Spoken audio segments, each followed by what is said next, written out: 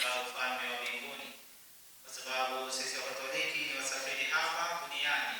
Lengo letu kuu ni kuingia katika ufalme wa mbinguni, na Mungu anatualika ili sisi tuweze kuingia pale katika ufalme wa mbinguni.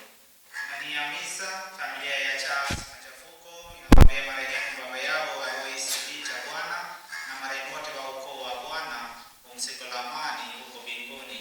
Imeombwa na familia ya Charles. Anamshukuru Mungu kwa mema mengi anayojalia katika familia. Anaombea mama yake afya ya roho na mwili, Mwenyezi Mungu amponye na maradhi anayomsumbua. Mama Bikira Maria afya ya ugonjwa awe mlezi wake. Imeombwa na Mkristo mmoja. Namshukuru Mungu kwa neema na baraka katika familia yangu. Wanaomba Mama Bikira Maria awaombee kwa Mungu neema wanazohitaji ili waishi katika mapenzi ya Mungu. Ni miombe na mama wa familia.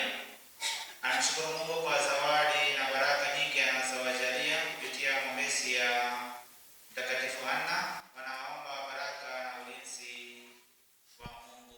Ni miombe na mama wa familia. Namshukuru Mungu kwa zawadi ya uzima na afya njema anayoendelea kuwajalia katika familia yao, na namshukuru Mungu kwa zawadi ya mume wake Ana Clay na zawadi ya watoto wake Clara, Amoni, Nashon na Jeronimo. Mungu azidi kulinda familia yake na watoto. Damu ya Yesu iwalinde na kuongoza katika yote. Nia imeombwa na Mkristo mmoja.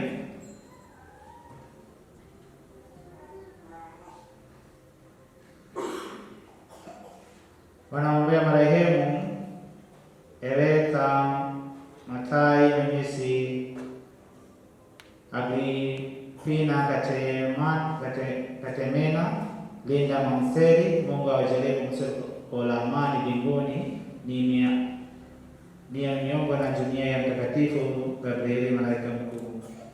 Wanachama wa shirika la Mtakatifu Anna wanamshukuru Mungu kwa kumbukizi ya somo wa shirika lao Mtakatifu Anna, kwa maombezi yake na usimamizi wake.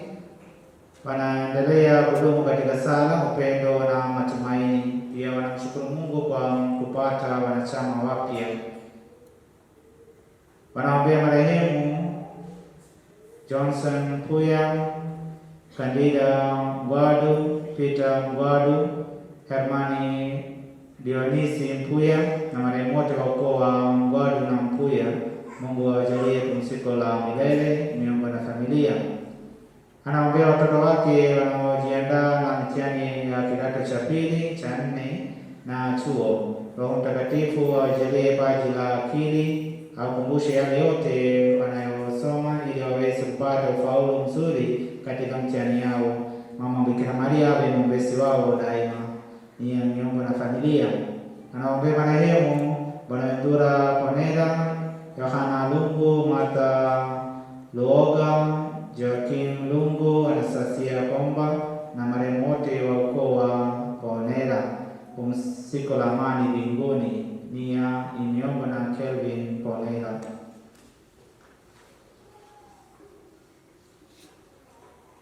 Wanaombea marehemu Jimmy Nemesi, Baltazari Punya, Brian Kamayugi, Agripina Katemana na marehemu wote wa ukoo wa Ipunya na Kamayugi. Mwenyezi Mungu awajalie pumziko la amani mbinguni. Nia imeombwa na familia. Wanaombea marehemu Felician Bindabara, Helena Shunansa, Rosi Bindabara, Odilia Katunzi, Jeremia.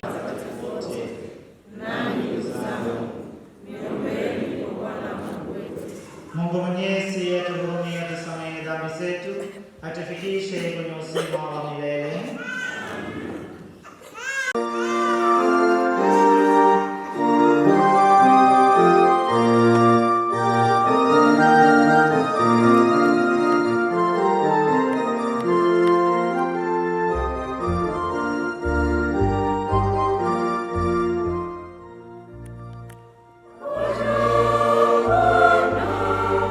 Wow.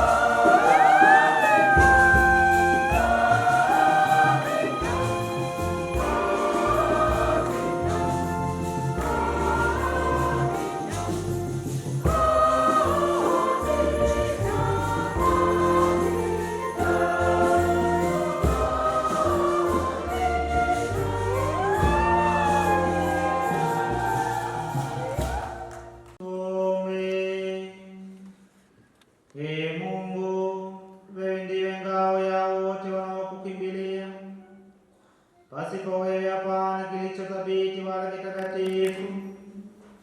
Utusidishie rehema yako, ili kwa mamlaka na maongozi yako tupate kuzitumia mali za muda huu kwa namna inayotuwezesha kuambatana na zile zinazodumu milele, kwa njia ya Bwana wetu Yesu Kristo mwanao, anayeishi na kutawala nawe katika umoja wa Roho Mtakatifu, Mungu milele na milele.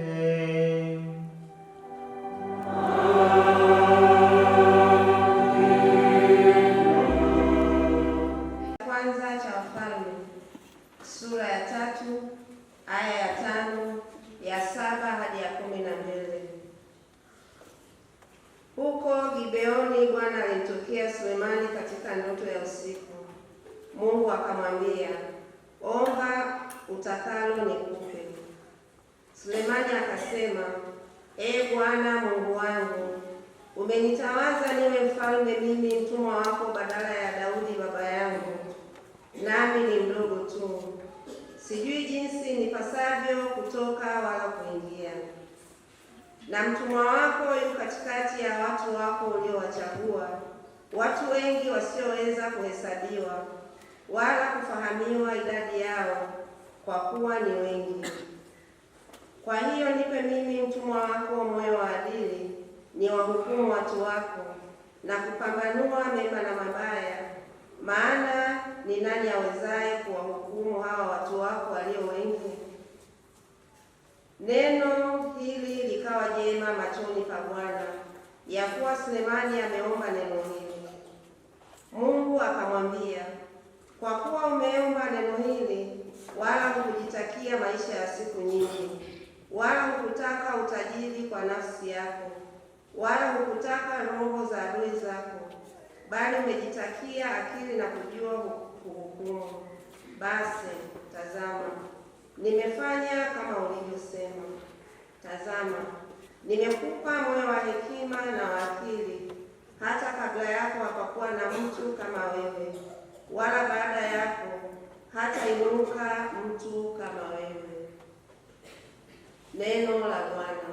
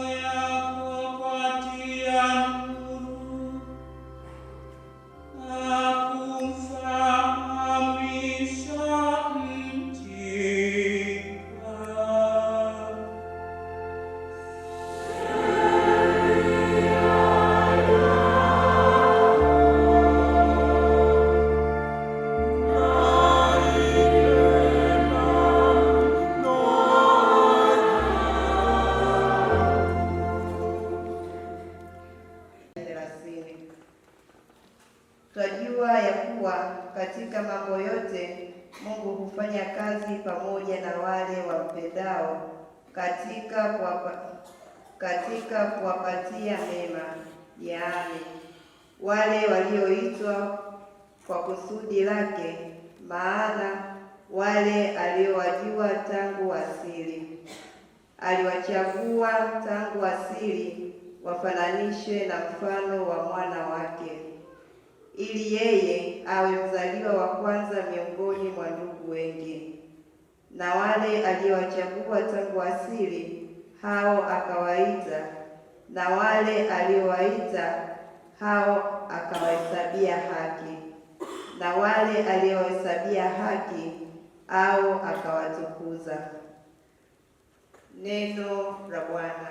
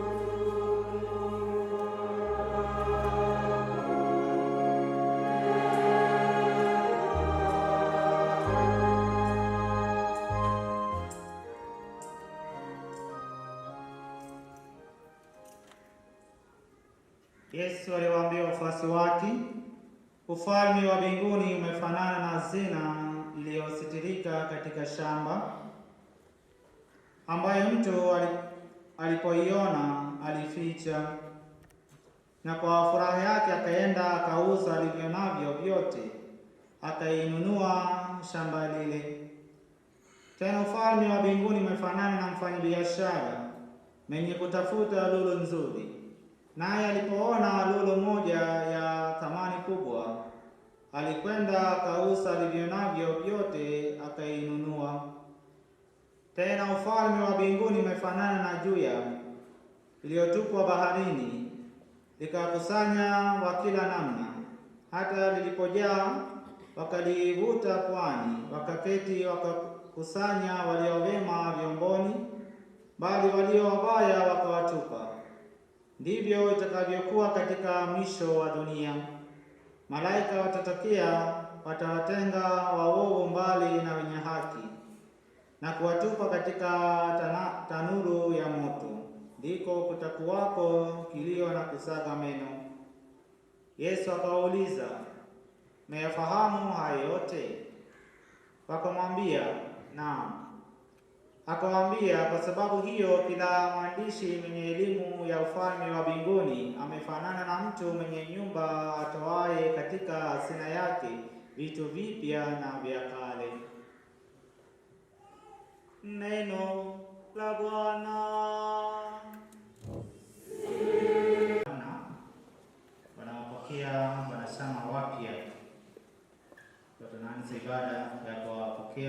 wanachama wapya. Namkaribisha kiongozi. Shirika la Mtakatifu Ana waje hapa mbele ya altari.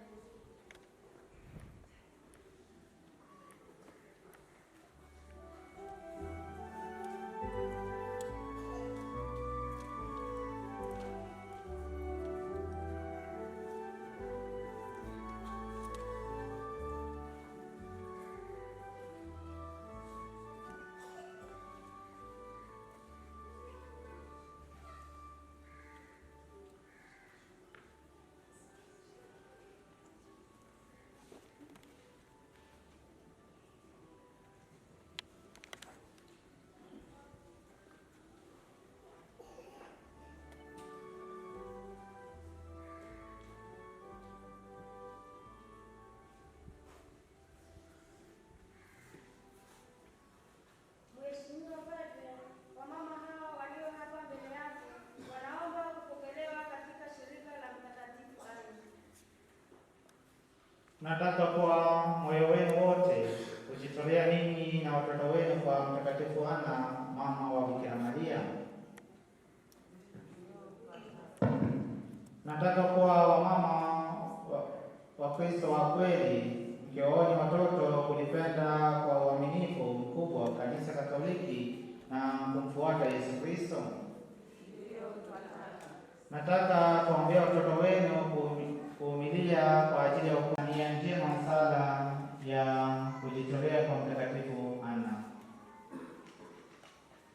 Ee Mungu mwema mno, twaahidi kufanya bidii ya kutimiza yote yanayopaswa katika hali yetu ya mama wa Kristo, tukiwafundisha watoto wetu kumcha Mungu, tukijishughulisha kushika sheria katika letu kila mwezi na hata zaidi. Tunataka tukiwa na faraga kuungana katika komunio takatifu na mkombozi rafiki wetu Yesu Kristo. Ewe Baba wa mbinguni, twakuomba kwa ajili ya mateso ya mwanao wa pekee, utupokee kwa huruma sisi na watoto wetu tubariki. Ee Bikira Maria Mtakatifu, mama wa mateso, tunataka kuwa siku zote watumishi wako. Ewe mama mwema, utupokee sisi na jamaa zetu katika ulinzi wako. Ututetee, ututunze, utupatie neema ya kufaa. Utujalie kumpenda Bwana wetu hapa duniani na kuwa na heri ya milele baada ya kufa kwetu. Amina. Ewe Mtakatifu Ana, sisi ni mali yako, na kila tulicho nacho tunakupa leo kwa moyo wa uaminifu wetu wote. Amina. Hapo tunabariki medali za wanachama wapya.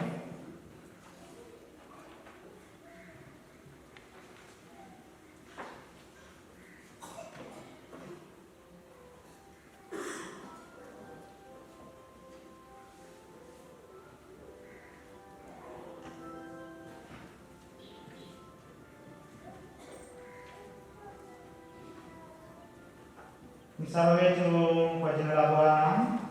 Aliyeumba mbingu na dunia. Ee Bwana, sikiliza sala yangu na mlio wangu kufikia. Bwana awe nanyi na awe rohoni mwako. Tuombe. Ee Mungu mwenye uwezo wote daima, uruhusuye sura ya watakatifu kuchorwa ili kila tunapozitazama kwa macho ya mwili tuweze kuiga matendo na utukufu wao. Ubariki na kutakatifuza medali hii iliyotengenezwa kwa heshima ya Mtakatifu Ana, mama wa Bikira Maria. Ufanyise hivyo kwamba kila ambaye na kumheshimu Mtakatifu Ana mbele yake apate neema katika yale yajayo kwa njia ya Kristo Bwana wetu. Amina.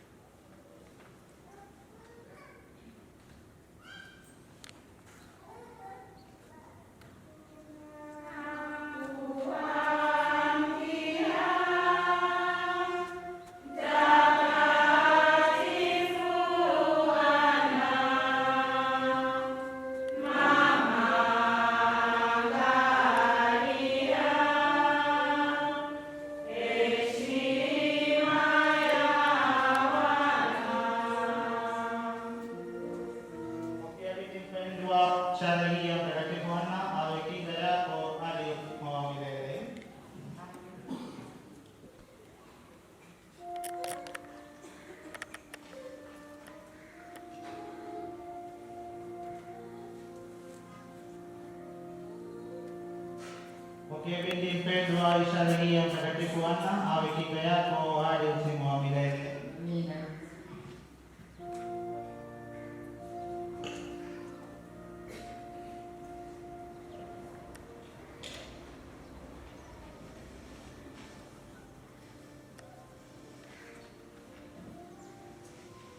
Pokea binti mpendwa kitabu cha shirika la Mtakatifu Ana kwa msaada wa neema ya Mungu na mama yako Mtakatifu Ana ustahili kupata furaha ya uzima wa milele kwa jina la Baba na la Mwana na Mtakatifu. Amina. Pokea binti mpendwa kitabu cha shirika la Mtakatifu Ana kwa msaada wa neema ya Mungu na mama yako Mtakatifu Ana ustahili kupata furaha ya uzima wa milele kwa jina la Baba na la Mwana na Mtakatifu.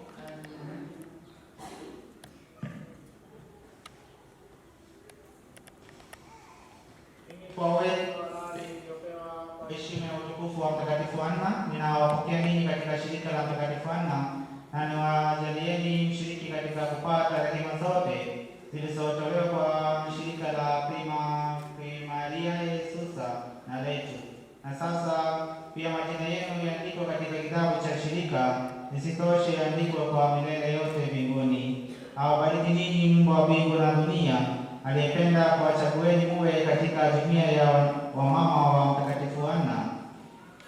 Tumombaye saa ya kufa kwenu awasimamie, na mwisho mpate tawi na taji la ushindi na la warithi wa siku zote mbinguni. Amina.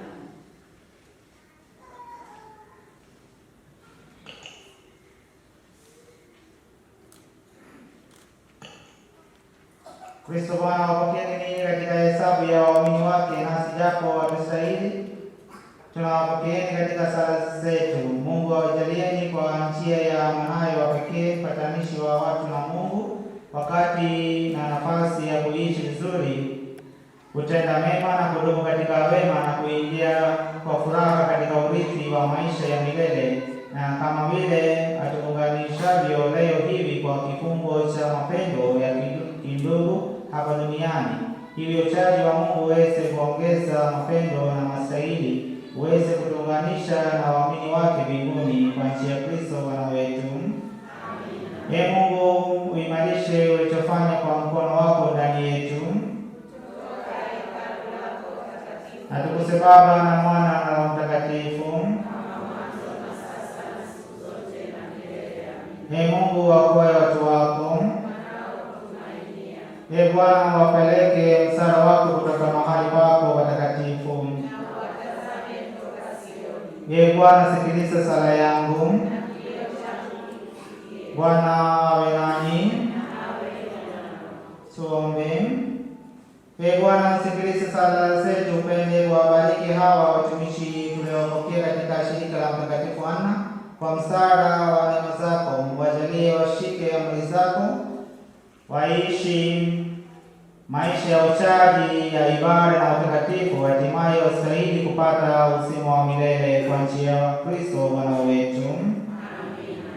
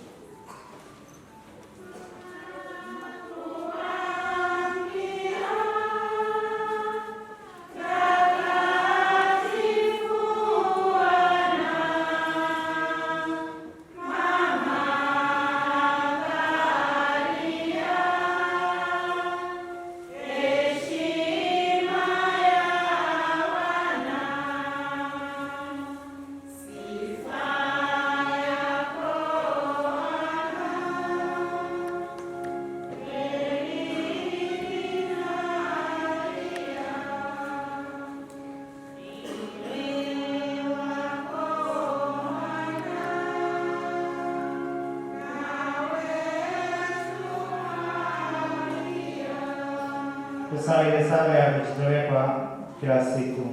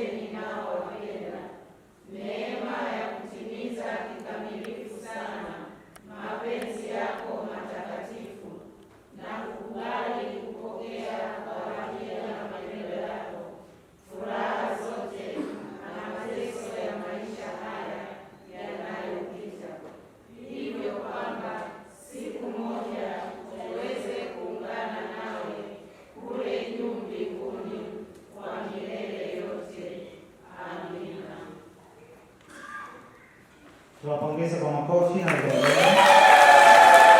Mwema kila wakati. Tumshangilie Mungu kwa makofi na vigelegele.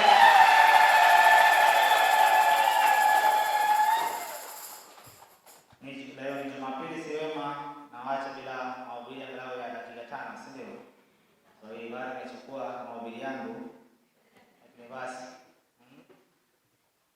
tumsifu Yesu Kristo.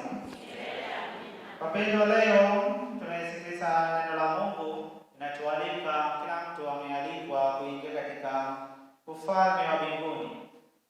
Na Yesu katika majuma mawili matatu mfululizo alikuwa anawafundisha kwa njia ya mifano. Na mifano yote ilikuwa inahusu juu ya ufalme wa mbinguni. Anafananisha ufalme wa mbinguni na vitu vya kawaida tunaona hapa duniani.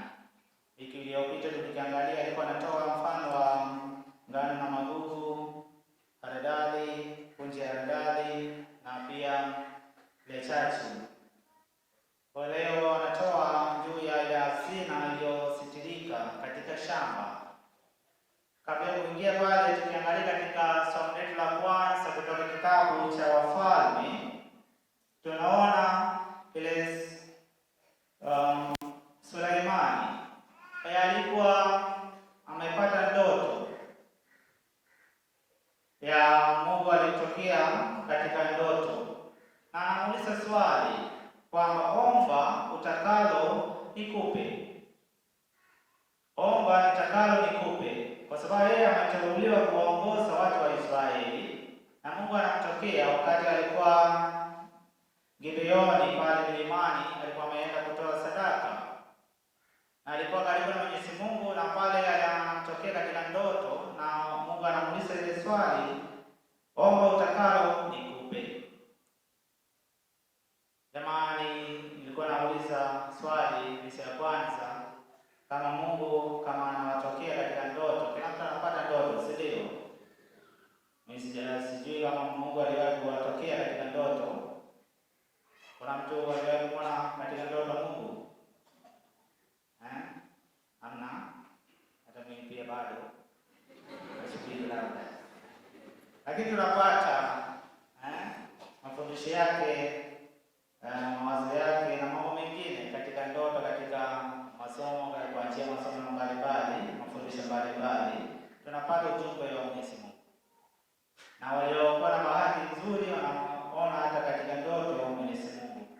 Na nilikuwa nawaambia kwamba wengine wanaota mambo ya shetani wanapata, si ndio? Mara nyingi leo wengine wanasikia ofisi wanasema baba nimekimbizwa na shetani na mapanga, nimeshinda kulala. Haya ndoto tunapata mara nyingi. Lakini ndoto, na kama Mungu anatokea anauliza ile swali, omba utakao nikupe, unaomba nini? Na kanisani tumekuja na ombi. Tuna maombi katika ibada zetu zote, katika jumuiya, katika familia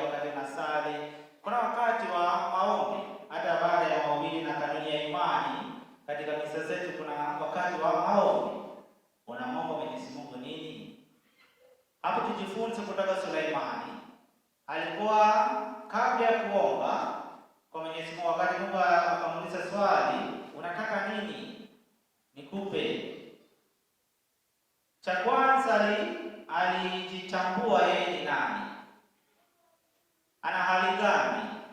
Anajitambua kwamba yeye ni mdogo, ana uwezo wa kuongoza watu wa Israeli, anataka msaada kutoka kwa Mwenyezi Mungu. Anajitambua kwamba udhaifu wake katika kuongoza watu wake. Ndio maana aliomba nini? Moyo wa kufahamu mambo mabaya na mazuri, maana yake moyo wa hekima. Aliomba hekima kwa kutoka kwa Mwenyezi Mungu. Ili inaweza kumsaidia kuongoza watu wa Israeli. Sio aliomba nguvu au aliomba farasi nyingi na watu wengi kwa ajili ya kupiga vita. Hapana, aliomba jambo muhimu sana katika maisha yake kama kiongozi, kuongoza watu ni hekima. Na katika maisha yetu sisi pia tunakosa hekima. Sisi sote ni kiongozi, tukianzia katika familia. Wewe ni baba wa familia, mama wa familia, kiongozi katika jumuiya, katika jamii, katika ofisi za serikali, parokiani, sehemu nyingi. Wewe ni mimi na wewe, sisi ni viongozi.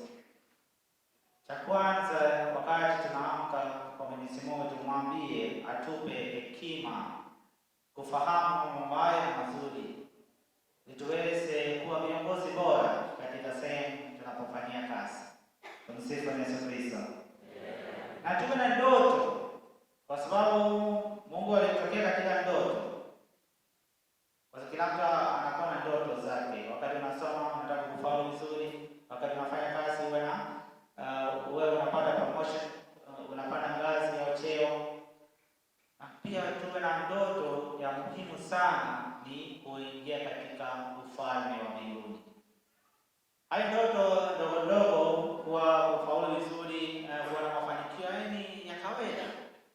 Lakini ndoto kubwa kila Mkatoliki awe nayo katika maisha yake ni kuingia katika ufalme wa mbinguni, kukusanya hazina kwa ajili ya kuingia katika ufalme wa mbinguni. Ndio tunaona katika Injili ya leo.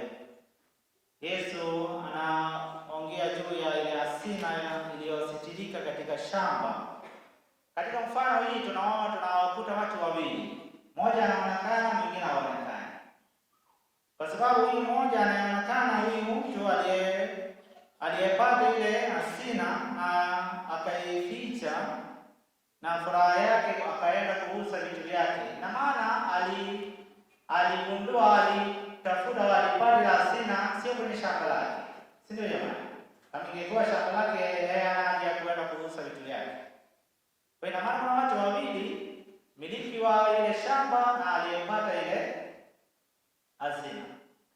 Na aliyetafuta ile hazina aliyepata alifanyaje? Akaenda kuuza vitu vyake. Kwa sababu gani? Aliona thamani ya ile hazina. Labda huyu mtu alikuwa na familia, alikuwa na watoto, alikuwa na vitu vyake, na hata mama wa familia na watoto walikuwa wanashangaa, huyu baba anafanya nini? Anauza vitu vyote na anaenda kuuza ile shamba, kununua ile shamba. Lakini huyu baba anajua thamani yake. Katika maisha yetu ni kitu kidogo hazina alificha ndani ya ardhi, maana ni kitu kidogo tu. Na vitu vidogo vina uwezo kubwa katika maisha yetu. Vitu vidogo vinaweza kuharibu maisha yetu. Ufalme wa mbinguni unafanya kitu kidogo, maana yake ndio Yesu anatoa mfano wa punje ya nini? Haradali. Kitu kidogo lakini na uwezo kubwa. Mama mdogo unafanya katika maisha yako ina uwezo mkubwa mpaka uweze kuingia katika ufalme wa mbinguni. Na huyu mtu alikuwa tayari kuuza vitu vyake vyote. Kwa sisi pia tuwe tayari. Utaona nini kitu kidogo kwenye maisha yako unaenda kufanya, lakini ina thamani, thamani mbele ya macho ya Mwenyezi Mungu. Inatusaidia kuingia katika ufalme wa mbinguni. Tumsifu Yesu Kristo. Kristo tumaini letu. Na pia kitu kidogo la matendo madogo nafanya, unakusanya hazina kwa ajili ya maisha yetu ya baadaye. Sisi sote ni wasafiri. Lengo letu kubwa ni kurudi kwa baba yetu katika ufalme wake. Wengine wana bahati ya kuishi miaka mingi, wengine michache, lakini sisi sisi sote tukumbuke kwamba ni wasafiri hapa duniani. Lengo letu kubwa ni kuingia katika ufalme wa mbinguni. Ni kila mtu atafakari, mimi nifanye nini ili niweze kuurithi ile ufalme wa mbinguni? Na napataje na kufanyaje hazina kwa ajili ya maisha yangu ya baadaye kuingia katika ufalme wa mbinguni? Mambo madogo madogo tukifanya. Unakusanya hazina. Kwa mfano, unaona kitu unachofanya sio kubwa mbele ya macho yako, macho mengi, lakini kwa macho ya Mwenyezi Mungu ni kubwa sana. Tumsifu Yesu Kristo. Kristo. Na ukiangalia tunajenga nini pale? Kanisa la wangapi wanachangia? Angalau tafari moja. Angalau jiwe moja sasa naona wanaweka hardcore. Angalau jiwe moja. Ukiamua tu, unaona kitu kidogo tu, tafari moja tu 300, 600. Leo umeamua tu kwenda na familia pale Royal. Jumapili, Jumamosi hata na mashiko kupita. Watu wanaruka ile barabara ovyo mpaka juzi ilikuwa inakaribia kugonga mtu. Tafadhali. Huko pale baba kuku si mama kuku pale. Niandika pale maduka pale, si ndio? Hapo watu. Au umeamua kwenda na familia kushiriki na angalau unatumia 100,000 au 200,000 kwa ajili ya kula. Maana leo sisi na familia tuache hiyo, changie kwa ajili ya kanisa letu. Unaweza. Unaona kitu kidogo tu Jumapili moja unaacha kwenda pale. Unachangia kwa ajili ya, lakini baadaye unakusanya hazina kwa ajili ya maisha yako ya baadaye. Pale unaenda sidani unapata hazina yote pale kwa ajili ya maisha yako ya baadaye. Utapata maisha yako ya baadaye kwa afya mbaya, si ndio? Unakusanya sio hazina, unakusanya mambo mengine. Sisemi kwamba usiende. Bali anasema tusihapana, sisemi, lakini tuangalie mambo madogo madogo tunafanya. Watu wanaomba msaada kwako. Tuna uwezo kuwasaidia. Lakini tuna wakati mwingine tunaiacha. Lakini mambo madogo tu.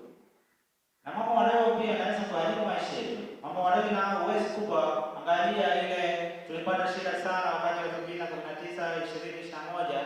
Ilikuwa shida gani? Ilikuwa Tanzania angalau tumekuwa huru kidogo. Hata ukienda India tulikuwa lockdown, si ndio? Kwa sababu gani?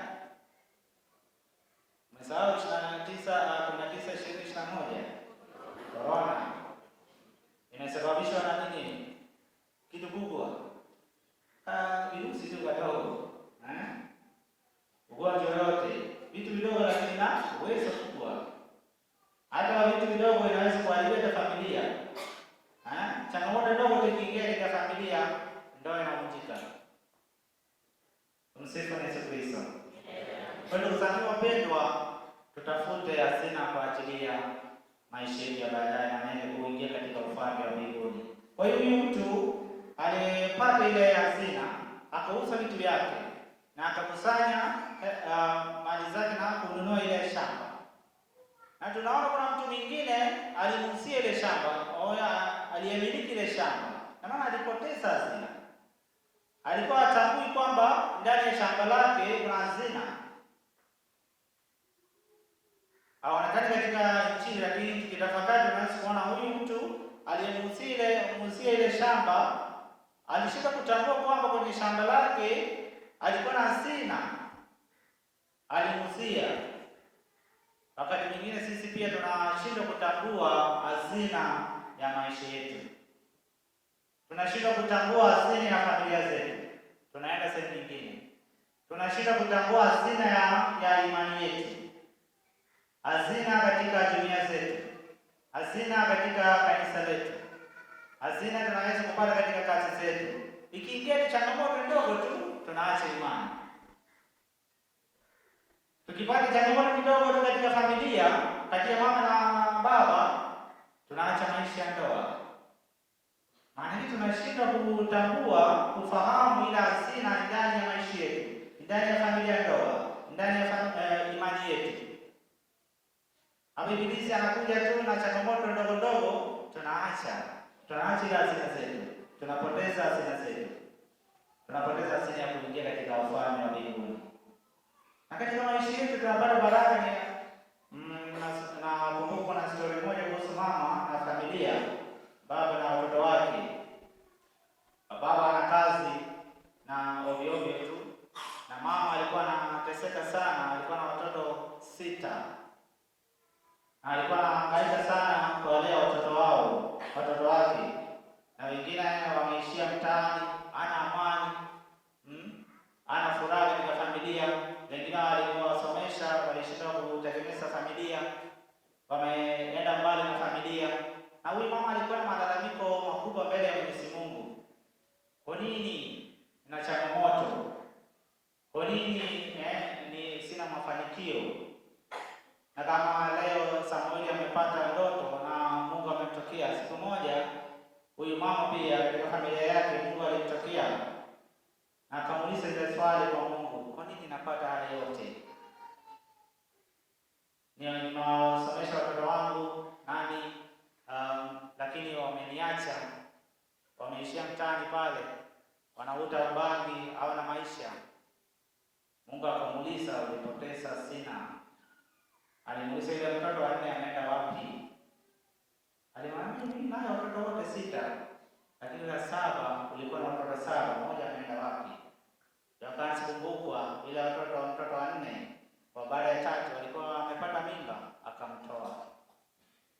Mungu alimwambia ile alikuwa hazina yako, alikuwa nimempanga ili atunze familia yako.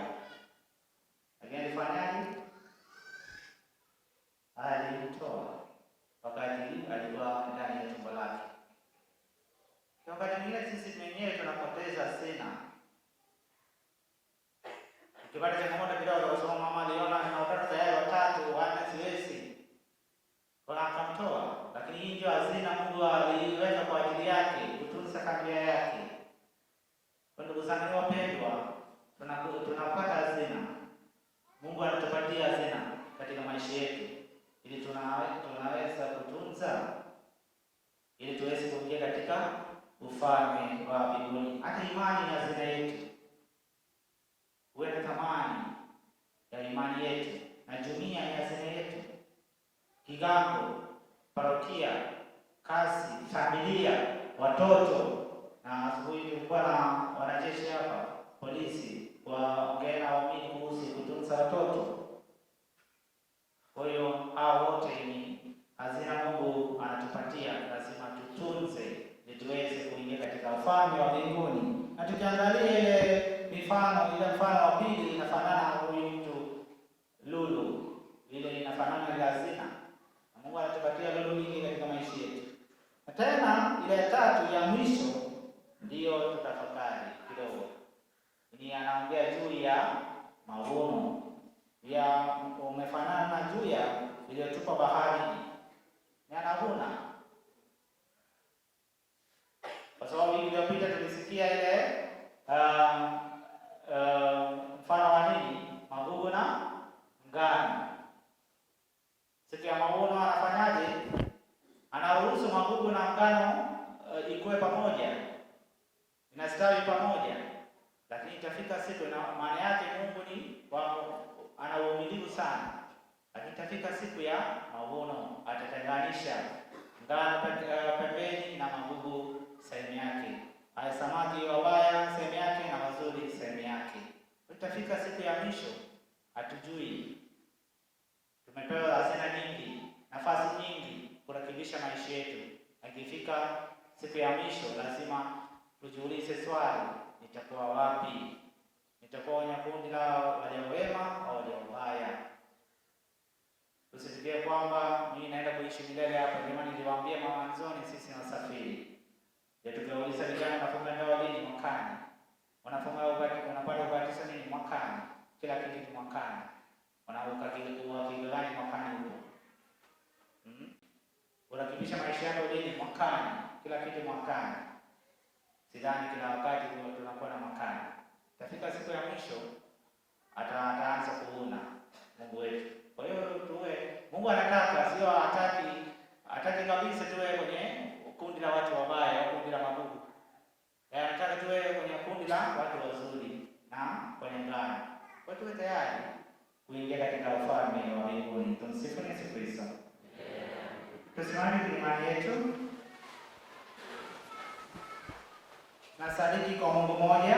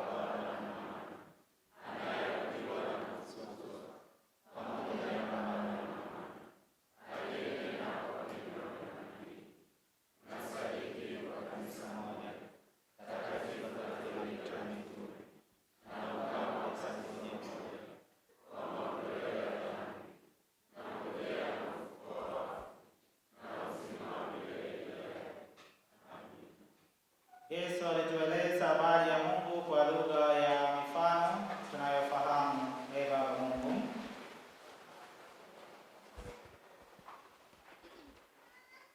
imani yetu ni hazina kubwa, utusaidie tusitupe ovyo hazina ya imani. Ee Bwana, hazina na nuru hupatikana tu kwa bidii ya kazi. Utupe bidii ya kushika imani kama hazina kubwa. Ee Bwana, baada ya kutambua thamani kubwa ya nuru, mfanyabiashara aliuza mali yote ili kuipata. Utusaidie kujali imani yetu zaidi kuliko yote. Ee Bwana,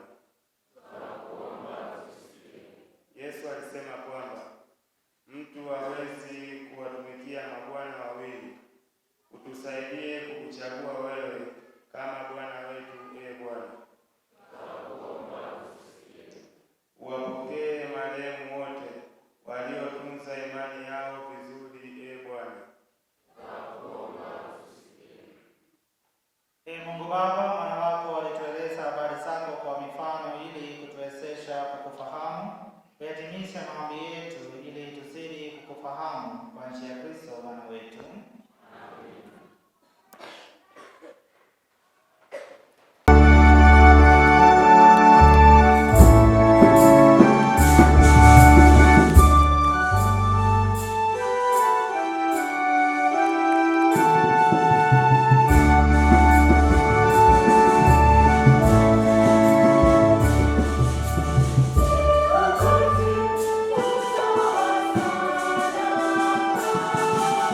Yeah.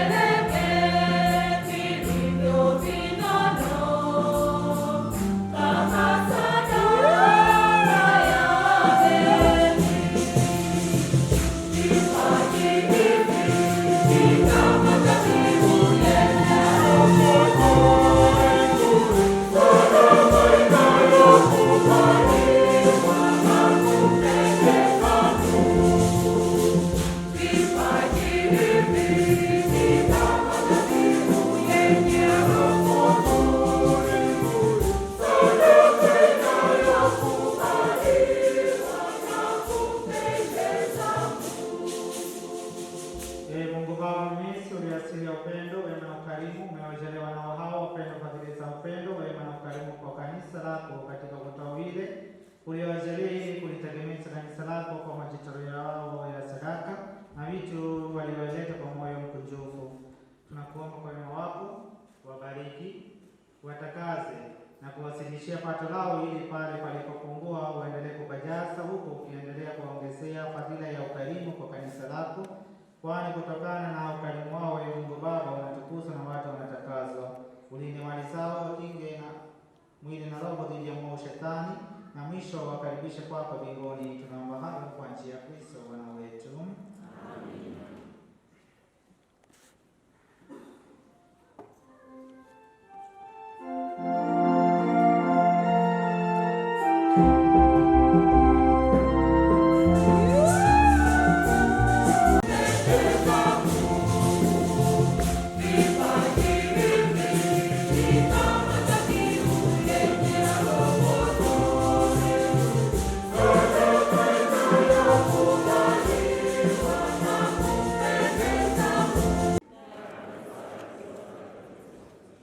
Bwana, tunakuomba uipokee vipaji hivi tunavyokutolea kutoka vingi vya vitu ulivyotukirimia. Kwangu utendaji ya neema yako, mafumbo haya matakatifu yatakatifuze mwenendo wetu wa maisha ya sasa na kutufikisha kwenye furaha za milele. Tunaomba hayo kwa njia ya Kristo Bwana wetu.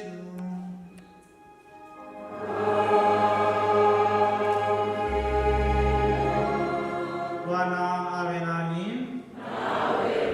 Inueni mioyo. Tumshukuru Bwana Mungu wetu. Kweli ni vyema na haki tena kufana na kuleta wokovu, tukushukuru wewe daima na popote. Ee Bwana Baba uliye mtakatifu, Mungu mwenyezi wa milele, wewe uliyefanya vitu vyote vya ulimwengu na ukapanga majira na nyakati. Ulimuumba mtu kwa mfano wako na ukaweka chini yake viumbe na maajabu yao, apate kuitawala kwa niaba yako vyote ulivyoviumba na kukusifu bila mwisho katika maajabu ya kazi zako, kwa njia ya Kristo Bwana wetu. Kwa hiyo sisi nasi pamoja na malaika wote tunakusifu tukiimba kwa shangwe na furaha.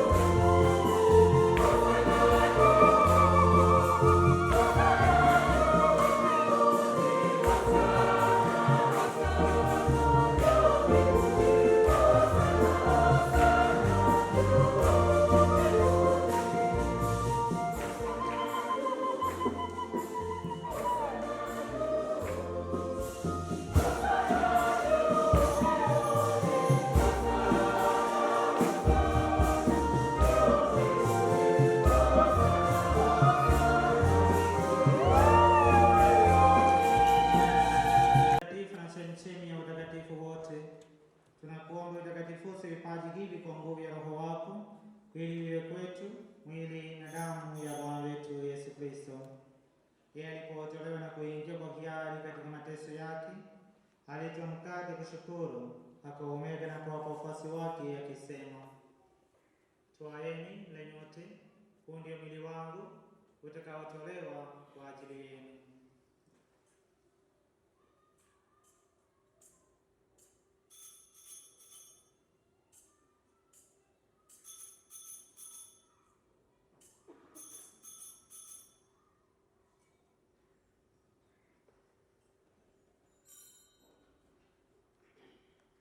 Vivyo hivyo baada ya kula, akitwaa kikombe na kukushukuru tena, aliwapa wafuasi wake akisema, twaeni mnywe nyote, hiki ndicho kikombe cha damu yangu, damu ya agano jipya na la milele, itakayomwagika kwa ajili yenu na kwa ajili ya wengi kwa maondoleo ya dhambi. Fanyeni hivi kwa ukumbusho wangu.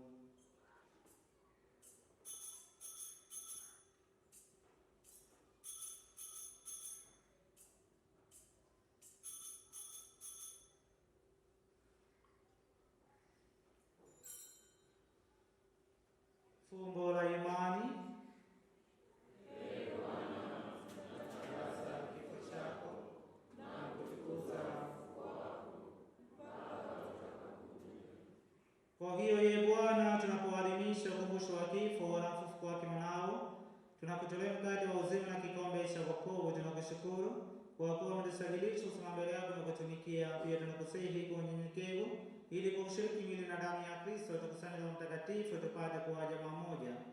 Ee Bwana, ulikumbuke kanisa lako lililoenea popote duniani, ulikamilisha katika mapendo, pamoja na Baba Mtakatifu wetu Leo wa 14 na Askofu Domko Beatus Kinyaia na msaidizi wake Askofu Wilbrod Kibosi na waklero wote.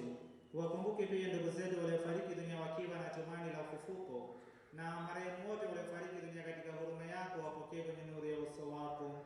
Tunakuomba tuhurumie sisi sote, ili pamoja na Maria Bikira mwenye heri, mama wa Mungu, na Mtakatifu Yosefu mume wake huyo Bikira, mitume wenye heri, na Mtakatifu Jema msimamizi wa jimbo letu, Mtakatifu Petro somo wa parokia yetu, Mtakatifu Anna na watakatifu wote waliokupendeza tangu kale, tusitahili kushiriki uzima wa milele na kukusifu na kutukuza kwa njia ya mwanao Yesu Kristo.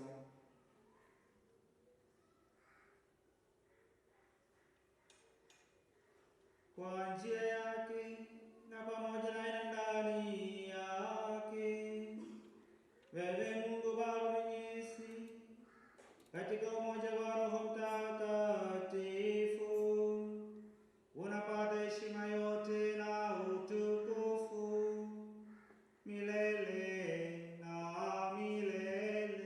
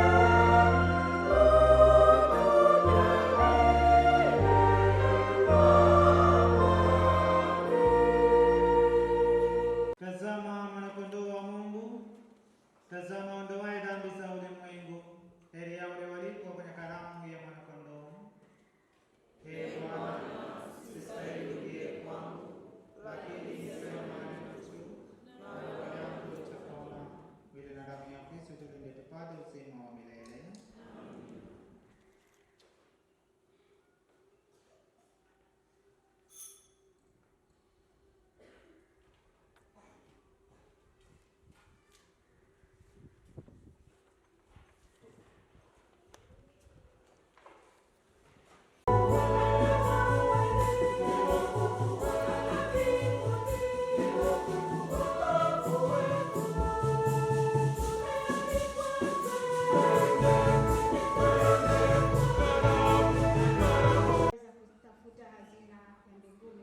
Niwaalika kina mama waliko kwenye ndoa na wajane kuja basi tujiunge kwenye shirika hili kwa ajili ya kusali na kutafuta ufalme wa Mungu, kuziombea familia zetu na kanisa kwa ujumla.